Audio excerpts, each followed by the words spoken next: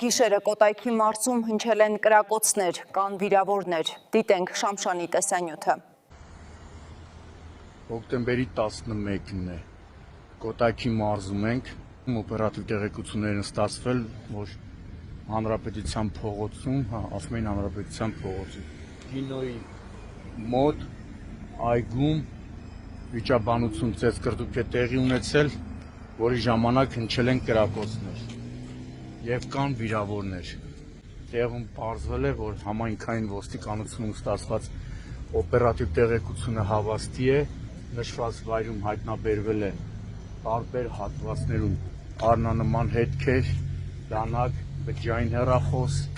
կրակված պարտուշներ և համայնքային ոստիկանները պարզել են նաև, որ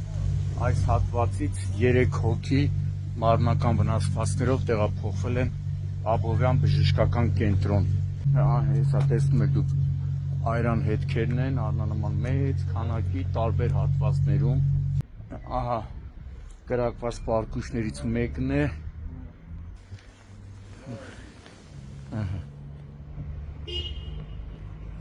երկրորդ կրակված պարտուշն է, որը համայնքային հայտնաբերել։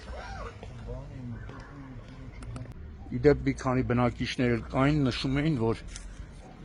հրաժարվեցին տեսախցիկի առաջ խոսել, ասում էին, երբ այստեղ վիճաբանություն բաներ տեղի ունենում, պարեկային ծառայության ավտոն անցնում էր ու չէր կանգնում։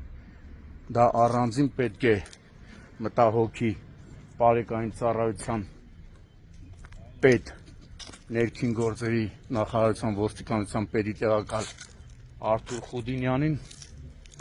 թե ինչն է եղել պատճառը, որ պարեկները անցել են, տեսնում են այստեղ աժոտաժա, տուրու դմփոցա չեն կանգնում։